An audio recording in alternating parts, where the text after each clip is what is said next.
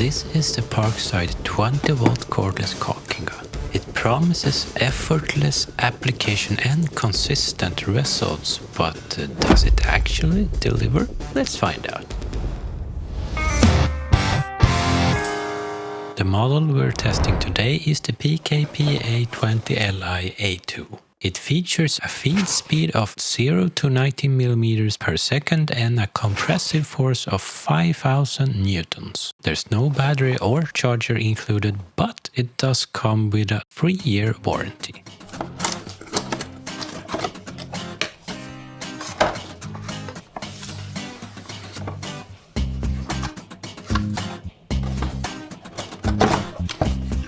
First impression, it's huge. It's about 45 centimeters long and it's heavier than I expected. Without the battery, it weighs almost 1.6 kilograms. That's quite a lot. Still, it feels good in my hands and the overall build quality seems really nice.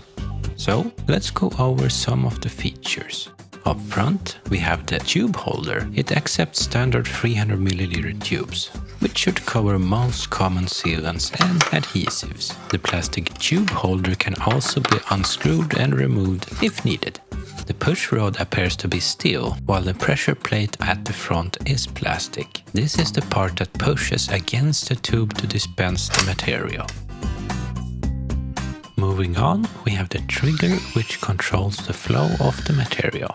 Above the trigger is a safety lock that helps prevent accidental activation. There's also a release button that allows the push rod to be moved manually forward or backwards. There's also a built-in LED light. It's better than nothing, but don't expect it to light up your Christmas tree. At the rear, we have the 6-position speed control dial. This allows you to adjust the feed speed depending on the material you're working with and the amount of control you need. On the side, you'll find the specification label, which includes information such as the manufacturer and production date. This particular unit was manufactured in August 25 by Grizzly Tools. That's pretty much for the main features. Now let's load it up and see how it performs. For this test, I'll be using 3 different materials: acrylic caulk, silicone and construction adhesive. Each material will be tested at speed settings 1, 3 and 6 to see how the different speed settings affect the flow and how well the tool handles different materials.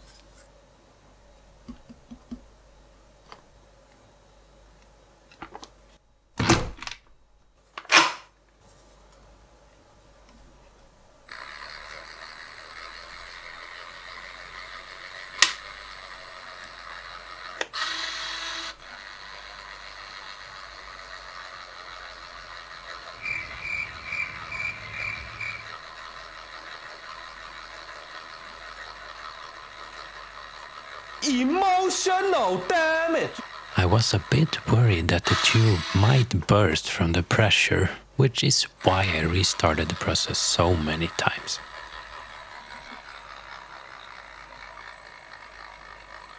Woohoo!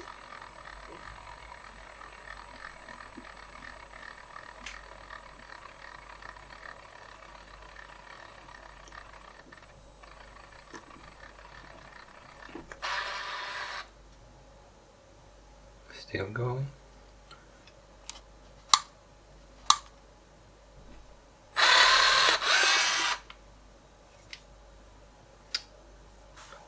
What the fuck happened here? This is really cheap stuff, so I guess that's the problem. I can't get this tight enough. But let's try again.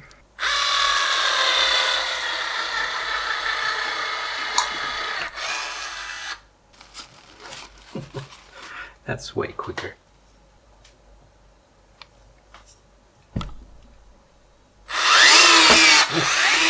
Fuck.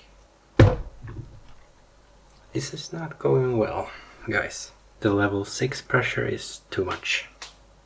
Just too much.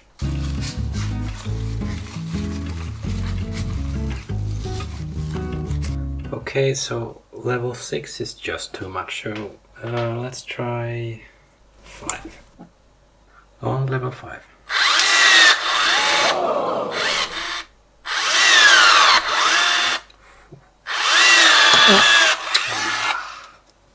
it does not work. It's too much pressure.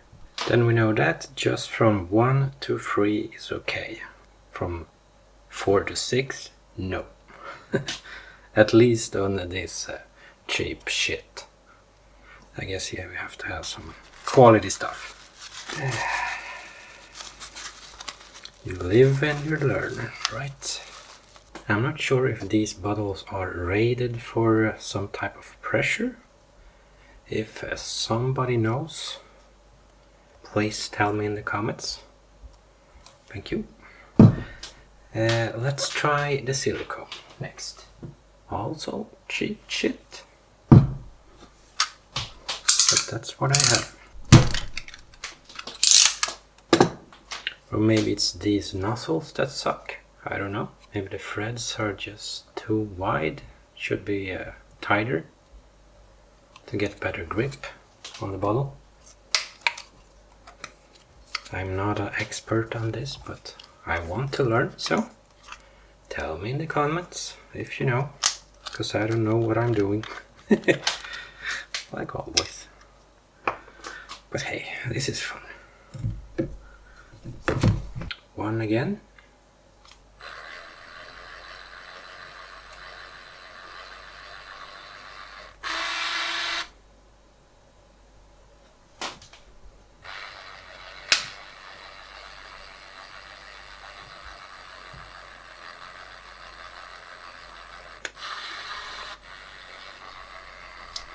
Not much happening here.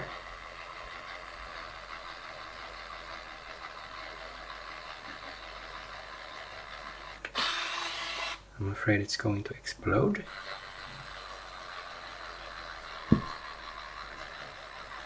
Oh, finally.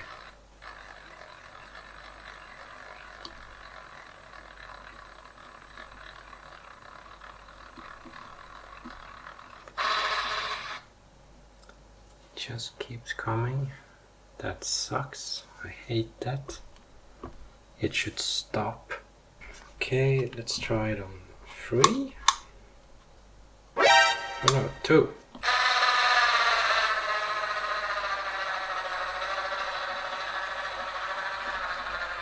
That was pretty good, but let's try it on 3rd.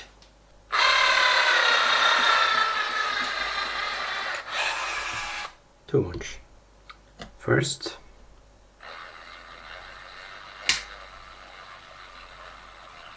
One thing I noticed is that you need to release the trigger before reaching the end of your bead. Otherwise the pressure doesn't have enough time to drop and some extra material will still come out. And this is just what I'm doing here. Yeah, that works. Second. Wow. Too much. 3rd.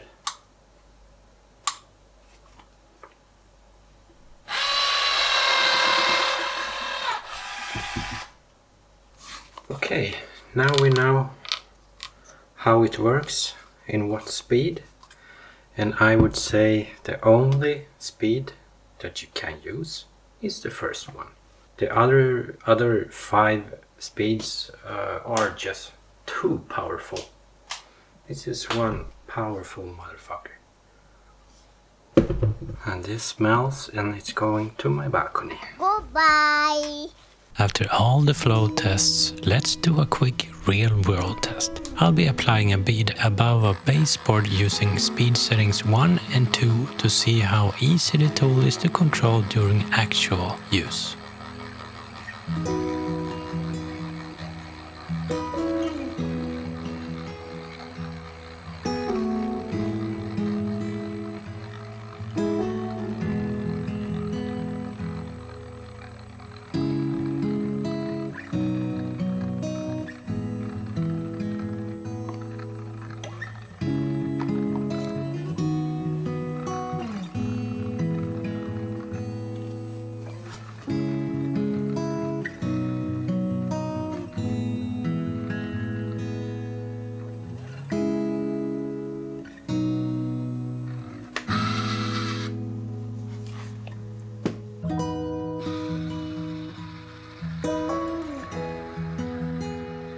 In my real-world test, speed setting 1 offered the best control, but it was also painfully slow. Speed setting 2 was significantly faster, but it delivered more material than I would ideally want for precision work.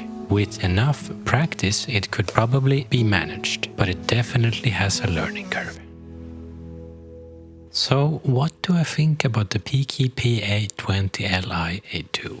I don't think this tool is really meant for precision work. Even at lower speed settings, it can be difficult to control, and it definitely has a learning curve. However, when it comes to applying adhesive or covering larger areas quickly, this tool really shines. It's powerful, fast, and it could save your wrist a lot of work. Compared to a manual caulking gun, it's definitely larger and more cumbersome, but considering the price, I think it offers very good value for money.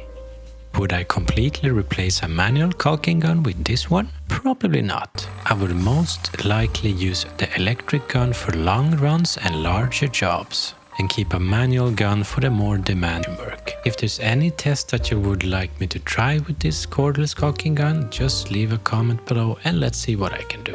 And if you enjoyed this video or found it helpful, don't forget to leave a like and consider subscribing for more tool reviews and do-it-yourself content. Thanks for watching, and I'll see you in the next one.